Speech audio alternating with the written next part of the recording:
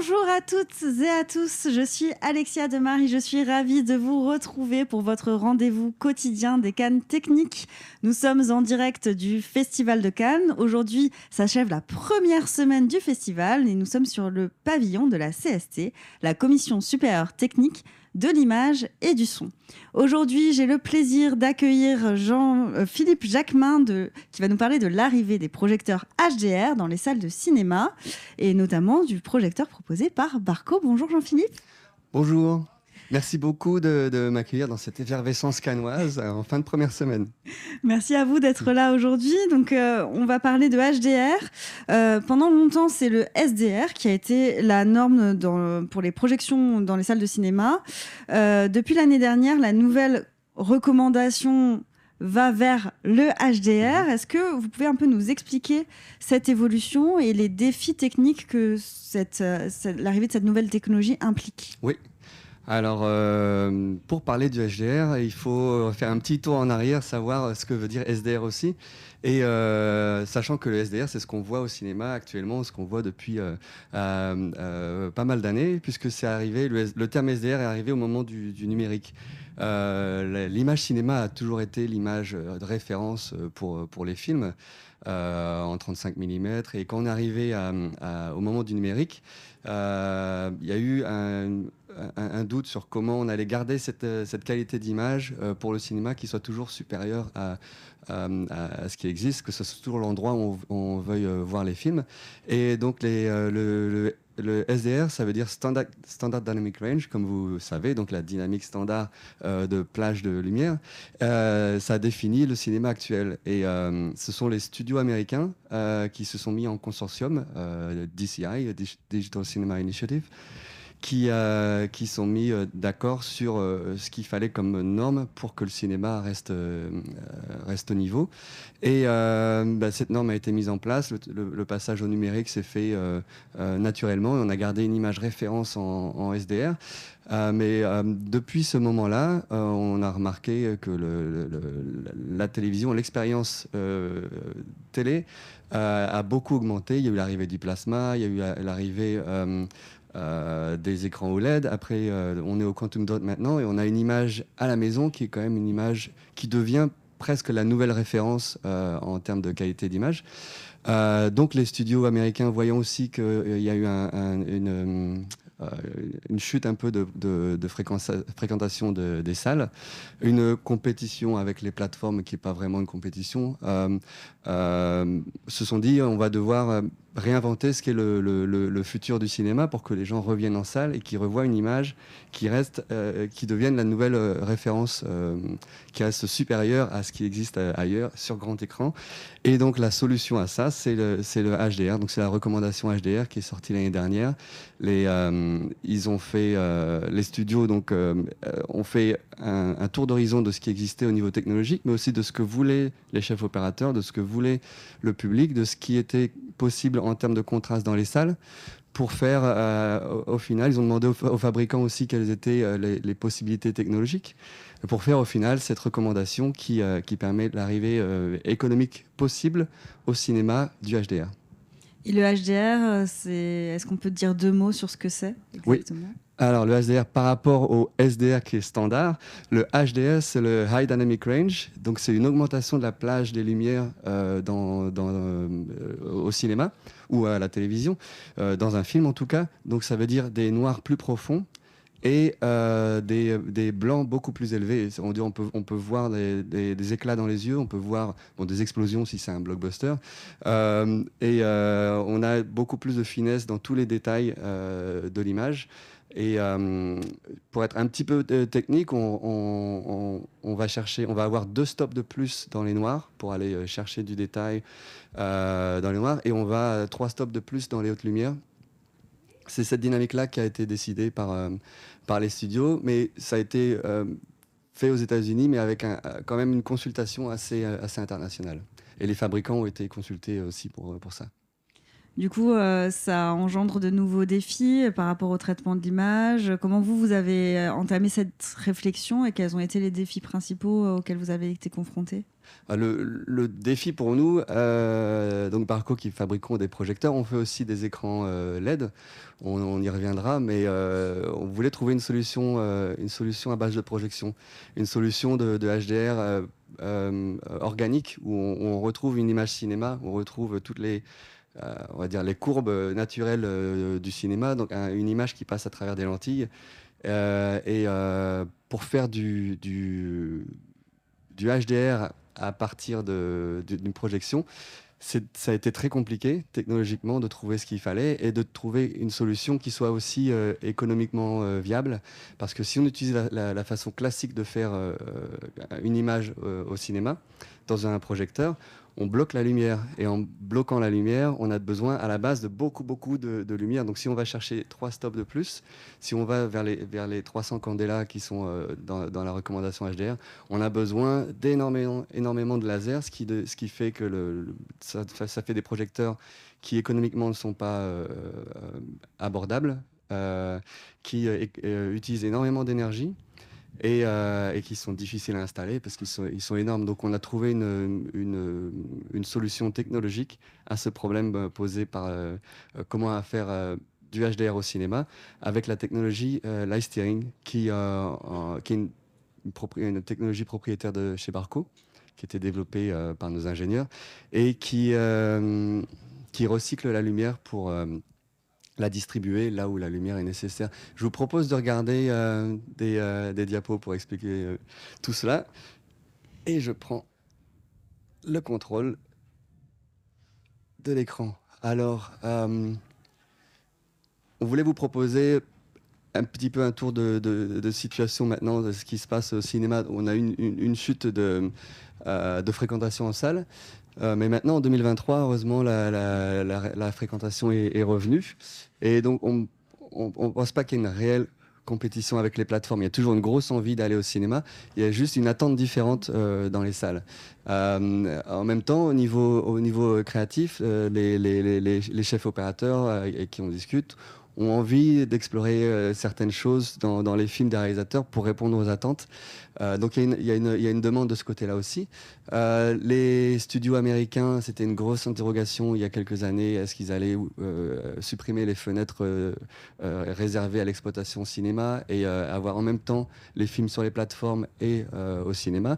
Ils ont réaffirmé la volonté de garder des fenêtres réservées au cinéma. Donc on a quand même dans l'écosystème quelque chose qui se passe pour garder l'expérience cinéma. Et en même temps, comme vous l'avez dit, il y a un an, donc les studios ont mis en place une nouvelle recommandation, qui est la recommandation HDR. Et donc maintenant, dans tout l'écosystème et l'environnement cinéma, toutes les expériences qu'on propose, on peut labelliser une expérience cinéma comme étant HDR, puisque maintenant nous avons une recommandation des studios qui permet de faire des films pour cette recommandation-là aussi. C'est une recommandation qui est internationale ou... Oui, ça s'applique, c'est toujours la même chose avec les studios, ça s'applique à... c'est DCI qui la met en place, donc en théorie ça s'applique aux films américains, mais on suit globalement partout dans le monde la recommandation. Il faut savoir que la recommandation SDR, la CST, avait participé aussi aux discussions et dans la mise en place en France de la recommandation, la CST a aussi beaucoup travaillé et remonté des informations sur ça, c'est possible, ça il faut l'adapter. Et on s'attend à ce que pour la HDR, la CST travaille aussi dessus pour la meilleure adaptation de la norme en France. Donc ça va devenir international. Et les recommandations qui sont à chaque fois accessibles en ligne sur le site de la CST d'ailleurs. Oui. Et la CST fait un très bon travail pour expliquer aussi, parce que ce sont des recommandations techniques très précises, pas forcément des recommandations pratiques sur comment installer une solution HDR. Donc pour revenir sur la solution Barco, sur comment faire du HDR, en discutant avec tous les experts de l'image et en regardant ce qui se fait dans le cinéma, on remarque assez facilement que dans une image classique cinéma, il y a très peu d'endroits où on utilise toute la lumière qui est disponible. Par exemple, sur cette image qu'on voit ici, la plupart de la lumière va être utilisée par le coucher du soleil. Et ensuite, on va avoir très peu de lumière répartie pour faire le reste de l'image. Et si on applique ça à la façon dont le cinéma est fait, dans les projecteurs, de la façon dont on projette les images, on peut dire qu'en fait, on passe son temps à bloquer la lumière. Donc l'image numérique est faite avec une matrice de micro-miroirs qui bouge et qui soit laisse passer la lumière, soit la bloque. Et donc dans une image classique, les miroirs passent leur temps à bloquer de la lumière. Et toute cette lumière-là, c'est de la lumière perdue. Et quand on veut aller dans les hautes lumières, quand on veut aller chercher 3 stops supplémentaires, il faut une source de lumière qui est 6 fois plus importante pour pouvoir avoir ça. Donc, comme on a dit précédemment, ce sont des solutions qui économiquement sont pas viables pour les exploitants, pour tout l'écosystème.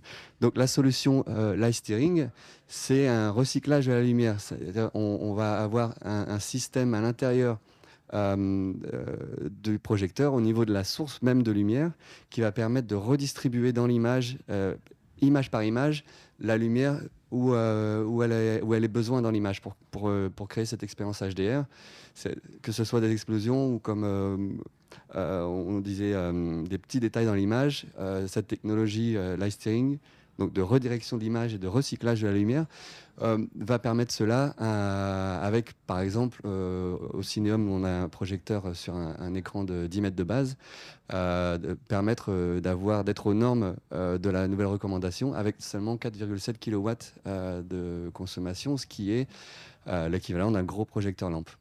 D'accord. Et ça permet d'avoir donc des hautes lumières. Et après, pour les noirs aussi, il y a ce système de... Oui, parce que le système de recyclage, en fait, on va rediriger la lumière là où on en a besoin, mais on va aussi prendre la lumière de là où on n'en a pas besoin. Donc on va prendre la lumière là où on veut du noir pour la remettre sur là où on veut atteindre le blanc éclatant. Et si toute l'image est sombre, on a la possibilité de diriger cette lumière-là à l'extérieur de l'image elle-même et donc d'avoir plein de détails dans les noirs. Et ça fait combien de temps que Barco travaille sur cette solution ? Ça fait 7 ans, voire 8 ans. et on est très content d'arriver au bout, c'est-à-dire qu'on a un projecteur maintenant qui a été lancé il y a 1 mois à Los Angeles au CinemaCon.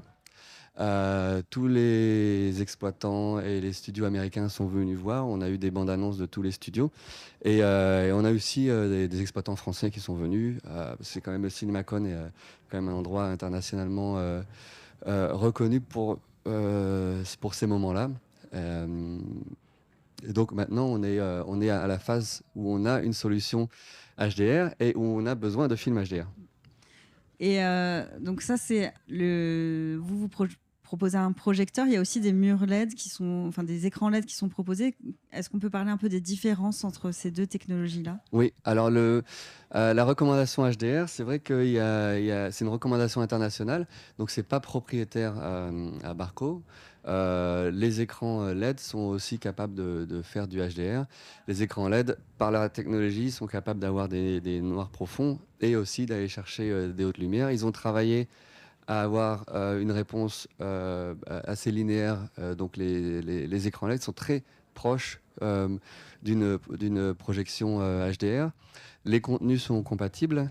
Ensuite, on a quand même une différence de contraste intra-image.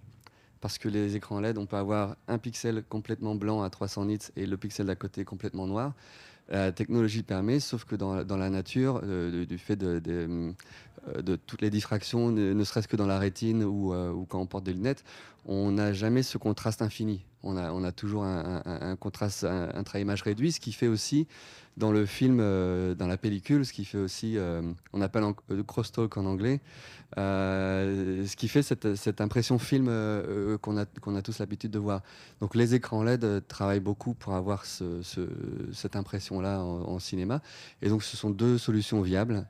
Au niveau de la consommation électrique, il y a une énorme différence parce qu'on a développé notre solution pour ça. Mais sinon, ce sont deux solutions pour avoir une expérience HDR au cinéma. Et on peut parler peut-être de l'espace colorimétrique qui Oui. est proposé par le projecteur Barco. Oui, alors pour parler de ça, il faut que je vous dise que c'est un projecteur à base de laser. Tous les projecteurs Barco maintenant sont passés au laser pour des raisons de consommation électrique. On réduit de 70% la consommation en passant au laser. Et donc sur cette technologie laser, on arrive à avoir des couleurs qui sont sur le locus de couleurs, donc des couleurs très saturées, ce qui permet avec cette projection HDR d'être en Rec 2020 donc d'avoir les couleurs les plus saturées possibles. L'espace colorimétrique du cinéma, c'est P3 à l'intérieur du Rec 2020. Et les écrans LED, pour l'instant, sont restreints à l'espace colorimétrique P3. Donc les films qui vont sortir en HDR seront sûrement restreints en P3 pour l'instant. Mais le DCI, pour la norme, prévoit l'évolution future d'étendue de gamme de couleurs aussi. Donc auquel vous serez déjà préparé, Oui. puisque il est en Rec 2020. Oui. Pour ce nouveau projecteur, est-ce que les projectionnistes vont devoir se former? Est-ce qu'il y a une formation spécifique pour pouvoir l'utiliser, ou est-ce que ça fonctionne comme un projecteur classique? Dans quelle mesure il va y avoir un besoin, une nécessité de formation? C'est une bonne question parce que c'est en parlant de technologie, on pense que tout va changer, qu'on va amener une usine à gaz, mais en fait, on a gardé un projecteur série 4 Barco, toute l'électronique est série 4 Barco, l'interface est la même, donc on utilise le projecteur de la même manière qu'un projecteur SDR. L'intérieur va être énormément différent, mais on n'est pas en utilisation du projecteur, il n'y a pas d'autre différence. Donc c'est au niveau de la post-production où il y aura plus de travail, même si ça reste minime, mais au niveau de l'exploitation, c'est un projecteur comme un autre.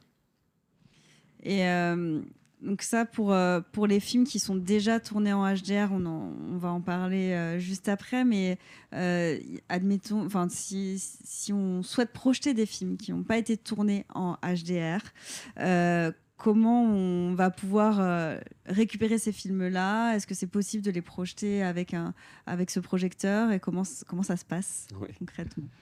Alors pour ça, le mieux, comme vous l'avez dit, c'est les films qui ont déjà été faits en HDR, mais des films qui n'ont pas été faits en HDR, ça fonctionne aussi, puisque dans le master SDR, bien sûr, il ne faut pas repartir du DCP, mais quand on repart du master SDR, il y a énormément d'informations qui sont encore disponibles dans le master, que ce soit en 16 bits quand on a accès au master 16 bits, ou quand on a le DCDM en 12 bits.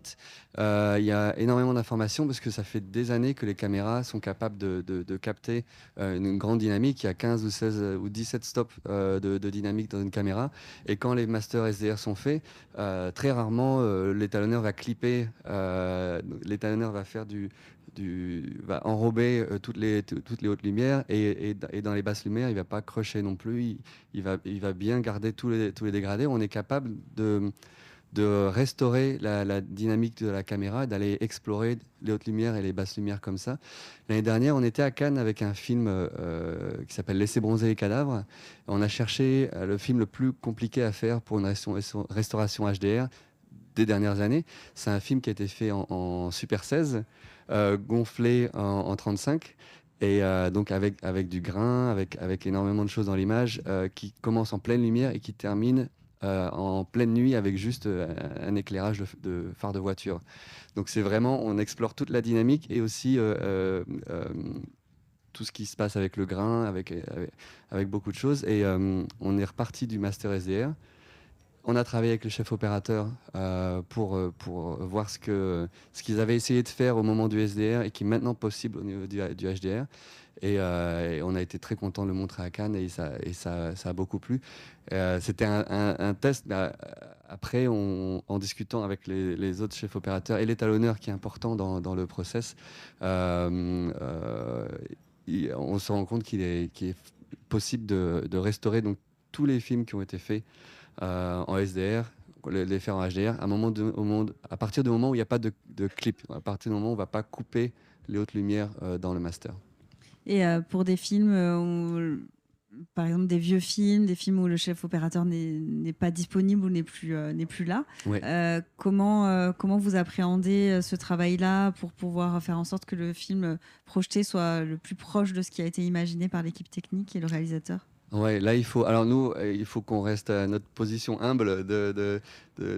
On apporte les solutions pour le faire. Ensuite, l'écosystème du cinéma s'approprie tout ça pour aller trouver les meilleures solutions. Et, on va pas, en tant que fabricant et en tant que technologie, venir influencer sur ces décisions-là. Mais c'est une très bonne question parce que une fois qu'on a cette dynamique possible et qu'on va venir restaurer un film, est-ce qu'on pense que le réalisateur aurait voulu avoir utilisé toute cette dynamique, comme Jacques Tati par exemple? Est-ce qu'il aurait voulu utiliser toute la dynamique dans ses films? Ça, c'est des questions avec les producteurs et les ayants droit. C'est exactement le genre de discussion qu'on a actuellement parce que avec l'arrivée du HDR, on a non seulement des nouveaux films qui vont venir en HDR, mais aussi tout ce qui est restauration. Il y a beaucoup de restaurations 4K actuellement. Tous les masters 4K qui sont restaurés peuvent être refaits en HDR si c'est nécessaire. Et pas besoin d'aller chercher les 300 candela pour chaque film pour qu'il ait l'air HDR. Il y a des films qui ont besoin d'un peu plus de noir, il y a des films qui ont besoin de détails dans les peaux. Et ça, on est capable de le produire avec le HDR. D'où l'importance d'expliquer ce qu'est le HDR et de dialoguer avec les professionnels en ce moment pour que ces discussions puissent avoir lieu et que des solutions puissent être trouvées Oui. pour les projections qui vont avoir lieu ces prochaines années. Oui, oui, oui. Et en discutant là-dedans avec tout le monde, le rôle de l'étalonneur est vraiment central parce que le chef opérateur, lui, voit son image sur le tournage, il voit toute la dynamique qui existait sur le tournage. Il peut, au moment du tournage, faire décider de ce qu'il garde dans cette dynamique. Il y a énormément de filtres utilisés, plein de choses. Et après, l'étalonneur, lui, reçoit ce qui a été fait et doit proposer au chef opérateur l'utilisation de cette dynamique en fonction Enfin, il ne propose pas en fonction de l'histoire, c'est le réalisateur qui vient donner ses intentions. Mais lui, techniquement, va dire, voilà, on est possible d'aller chercher ça dans du grain de peau, on est possible d'aller chercher ça, ces détails-là dans les yeux. Et le chef opérateur va décider d'utiliser ça. Donc la relation chef-opérateur-étalonneur est encore une fois très importante. Et l'étalonneur, lui, doit se former au HDR. Les outils HDR existent déjà. Puisque les caméras utilisent déjà la dynamique et les plateformes utilisent déjà le HDR pour la télé. Donc l'écosystème est déjà là. Après, sur grand écran, il y a de la finesse en plus à avoir parce qu'on voit beaucoup plus les textures. Donc il y a une gestion des textures à faire sur grand écran. Et donc il y a peut-être une formation pour plutôt au moment du tournage et de la post-production qui va devoir avoir lieu pour s'approprier au mieux le HDR. Surtout au début. Oh, pardon, excusez-moi. Oui, oui. Ouais, surtout au début, parce que l'arrivée, je pense qu'on a tous vu du HDR sur écran. Même si les écrans maintenant sont très grands, mais c'est pas la même chose qu'un HDR sur grand écran. On peut pas tourner la tête quand le soleil est trop brillant. Il y a une gestion de la lumière qui est très très importante. Et puis la gestion des structures. Donc il faut au début voir les images HDR sur grand écran, que ce soit le chef opérateur ou le réalisateur ou l'étalonneur, pour s'habituer, pour avoir les réflexes qu'il faut pour l'étalonnage HDR. Et le rôle de l'étalonneur dans tout ça, vous, comment est-ce qu'il y a des questionnements aussi de la part des techniciens quand vous présentez ce projecteur HDR? Quelles sont les discussions qui sont venues par rapport à tout ça, notamment par rapport au rôle de l'étalonneur? Oui. La discussion la plus importante, c'est cette gestion de la lumière, parce qu'on est responsable de ce qu'on propose aux spectateurs sur grand écran, il ne faut pas que ça soit... Le HDR peut être associé à quelque chose de douloureux, parce que si tout d'un coup on décide d'utiliser toute la possibilité du HDR et de faire un écran blanc très très haut luminosité, c'est la responsabilité de l'étalonneur, de chef-op de faire ça. Il y a un inconfort, donc il y a L'étalonneur est vraiment au centre de cette réflexion sur la gestion de la lumière, sur une sorte d'égalisation de la lumière comme on fait au son. Dans le son, il y a le loudness, il y a tout ça qui a été fait pour faire en sorte qu'il y a un respect du spectateur.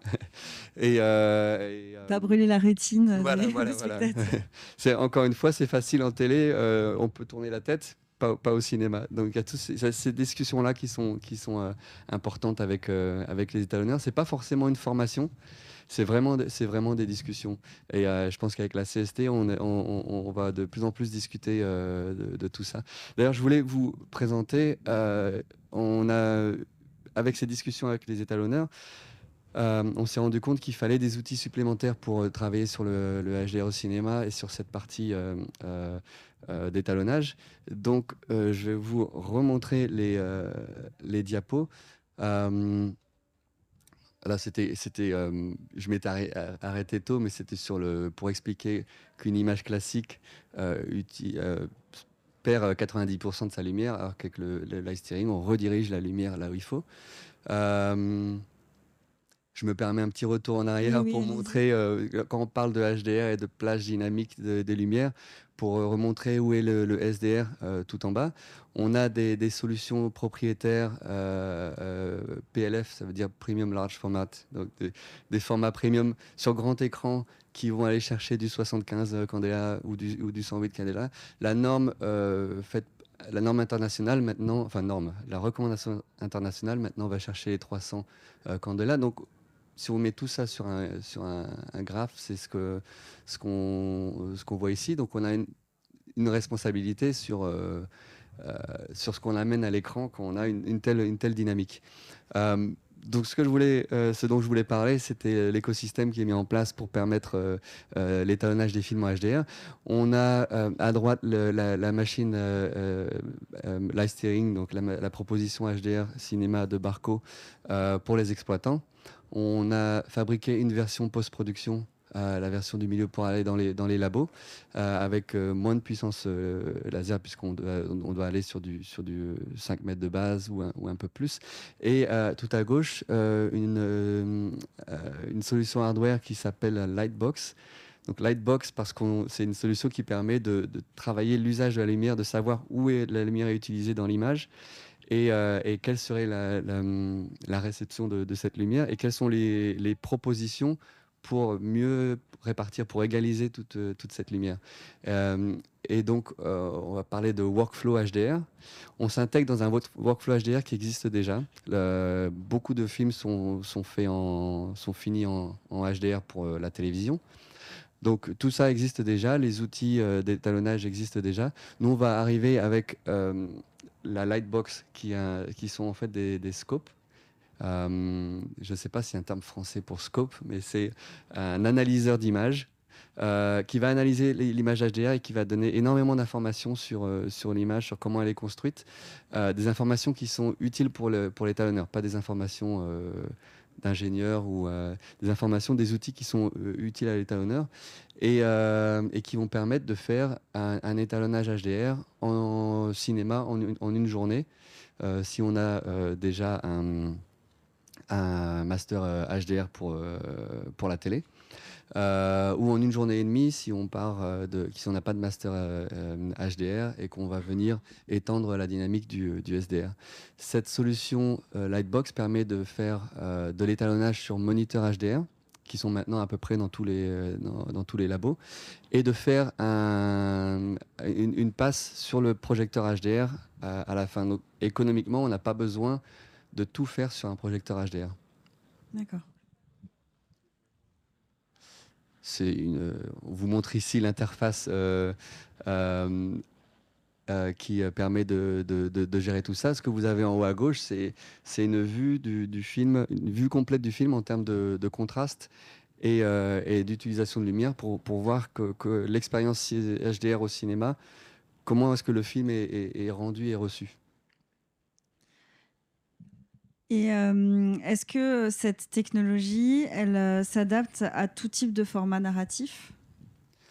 Oui, ça fait aussi partie des discussions avec les chefs opérateurs. Et c'est pour ça qu'on vous propose de voir des films ici à Cannes au Cinéum. Et on espère pouvoir proposer aussi à d'autres endroits pour que les spectateurs puissent le voir. Puisque parler du HDR, c'est très vite très technique et puis on ne se rend pas compte de ce que c'est que d'aller chercher des hauts lumières, de faire de l'exploration des détails dans les noirs.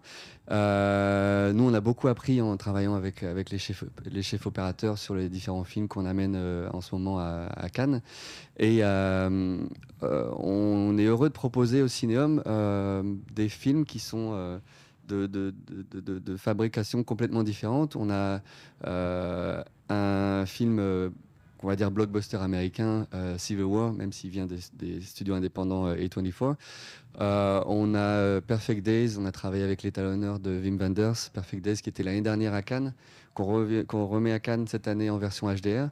On a 8 montagnes qui a été prix du jury il y a 2 ans à Cannes, qu'on propose cette année en version HDR aussi, avec un travail fait avec le chef opérateur et l'étalonneur. Et on a des documentaires. Demain soir, on a Dark Rider, qui est un documentaire aussi. On passe des documentaires toute la journée. Donc on montre que tout est possible en termes de rendu HDR. Donc du 17 au 22 mai au Cinéum à Cannes. Et puis on reparlera nous aussi de HDR, mais en diffusion télé, en Cannes Technique avec Pascal Souclier mardi prochain. Merci beaucoup pour cette présentation. De rien, merci. On va passer aux questions du public. S'il y a des questions dans la salle ou des questions en ligne, il y a un micro qui va circuler. Oui, le micro arrive. Bonjour, Ça marche? Oui, on vous entend. Je veux vous demander, le projecteur c'est beau, mais on doit aussi peut-être changer l'écran, changer aussi la fenêtre de projection et changer la lumière du secours et les autres choses pour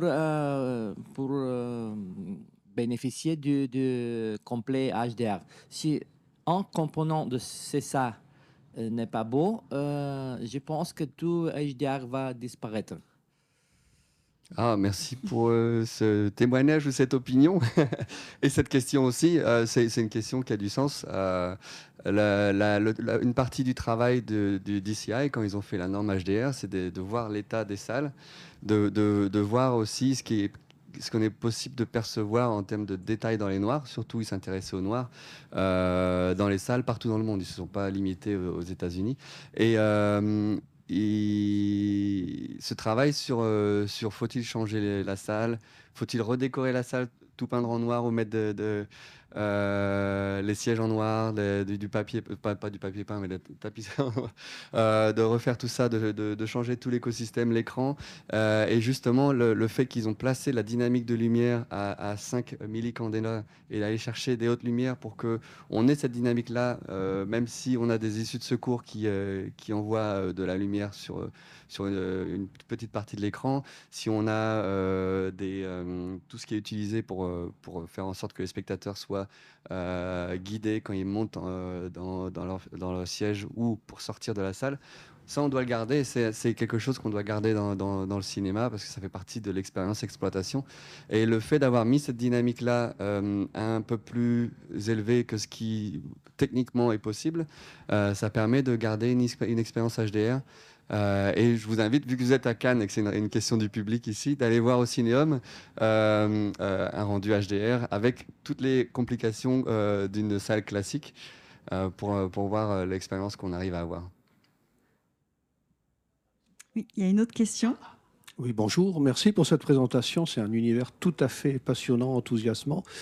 Est-ce à dire que vous allez maintenant travailler avec les directeurs photo ou est-ce que c'est déjà le cas dès le tournage, c'est-à-dire qu'en cours de tournage, de la même façon qu'anciennement on développait les rushs, est-ce qu'actuellement, en cours de tournage, on va regarder ce que le résultat donne sur très grand écran pour modifier le travail du directeur photo et du réalisateur pendant même le tournage? Oui, mais je pense que ça se fait déjà. certaines caméras ont des viseurs HDR et il y a des écrans HDR sur les tournages pour voir déjà toute la dynamique qu'on peut avoir. Donc c'est déjà en train de changer au niveau du tournage. Et pour replacer la place de Barco, nous on va pas aller jusqu'à aller dans les tournages. On fait les projecteurs, mais on veut montrer une image HDR grand écran pour que tous ceux qui sont impliqués dans les décisions de l'image puissent justement faire les essais qu'il faut pour avoir ce qu'ils veulent au rendu final. Et c'est vrai, pour redire ce que je disais plus tôt, c'est qu'un rendu HDR sur écran, on n'a pas le même questionnement que sur un rendu HDR sur toile en grand écran. Et donc, il y a un processus d'apprentissage. Et nous, on est là pour aussi installer des projecteurs de test, pour faire des tests avec l'AFC, avec la CST, pour que toute cette transition-là, comme la transition des caméras aux caméras numériques, pour que tout ça, toutes les questions soient travaillées et qu'il y ait une réponse à toutes les questions. Parce qu'on ne veut pas juste amener une solution technologique et puis dire voilà, faites les films pour ça. C'est pour ça qu'en tant que fabricant de projecteurs, on a été obligé de s'impliquer dans la post-production, obligé d'aller jusqu'à presque aux portes de tournage avec les discussions avec les chefs opérateurs. Maintenant, la plupart des films sont faits en SDR, donc il y a beaucoup de décisions qui sont faites pour le SDR. Mais si ça peut être réfléchi en amont parce qu'il y a un rendu HDR au final, c'est des choses qu'il faut qu'ils soient discutées. Et on a beaucoup parlé des États-Unis. Est-ce qu'il y a une différence de traitement ou d'adoption entre ce qui se passe aux États-Unis et en France ? Oui, alors aux États-Unis, si je parle des studios, eux sont déjà habitués au HDR. Ils font déjà les films HDR quasiment en même temps, le rendu HDR quasiment en même temps que le SDR. Donc ils ont aussi adapté leur workflow. Il faut vraiment que je trouve un terme français pour workflow. Et donc ils utilisent un workflow qui est centré sur la capture, sur la scene referred. Donc pour faire toutes les décisions au niveau de l'image en gardant tout ce qui a été capté par la caméra et seulement à la fin faire des rendus pour les différents types d'HDR ou enfin de façon de voir les films, plutôt qu'un workflow qui est basé sur qu'on appelle display referred, donc qui est fait pour tel type d'écran, que ce soit le SDR cinéma ou le SDR télévision. Donc il y a des changements qui sont faits, qui sont déjà opérationnels aux États-Unis et qui sont en train d'arriver en France. Ces changements de workflow ont été déjà initiés il y a quelques années. On arrive dessus avec un nouveau livrable, mais qui bénéficie de tout ce qui a été fait avant. Est-ce qu'il y a des questions supplémentaires ?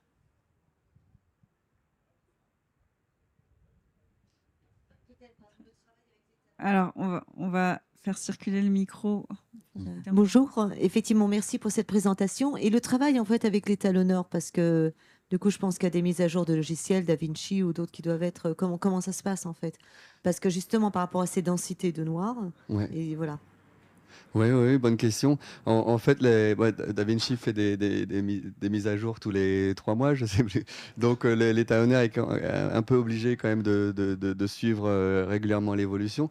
Que ce soit Resolve ou Baselight ou d'autres, les outils HDR sont déjà là depuis un certain temps. Donc, il n'y a pas vraiment de souci à avoir. Nous, avec l'analyseur d'image HDR, on vient aider aux décisions pour qu'une image soit préparée à 95% sur moniteur et qu'il n'y ait pas des allers-retours avec le visionnage en grand écran, puis retour au labo, revisionnage. C'est la seule différence, mais l'outil Lightbox vient s'insérer dans un workflow qui existe déjà. Et je pense qu'en France, on n'est pas à la traîne sur le HDR, parce qu'il y a beaucoup de films qui sont faits pour les plateformes et les chefs opérateurs et étalonneurs. Maintenant, on rencontre beaucoup plus qui sont déjà formés. Il y en a beaucoup qui sont intéressés, mais il y en a déjà qui sont déjà bien formés au HDR et qui nous apprennent des choses, du coup. Une autre question, oui. Oui, bonjour, bravo. Justement, cette lightbox, c'est quoi? C'est une analyse, puis ensuite l'application d'une modification de l'étalonnage. Ah, justement, non. Les outils pour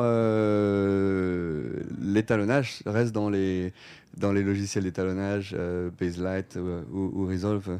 Nous, on vient proposer des outils d'analyse qui viennent découper l'image en haute lumière, basse lumière, voir ce qui se passe dans l'image pour avoir une compréhension directe de ce qu'on propose. Mais ensuite, l'étalonnage se fait toujours dans les outils classiques.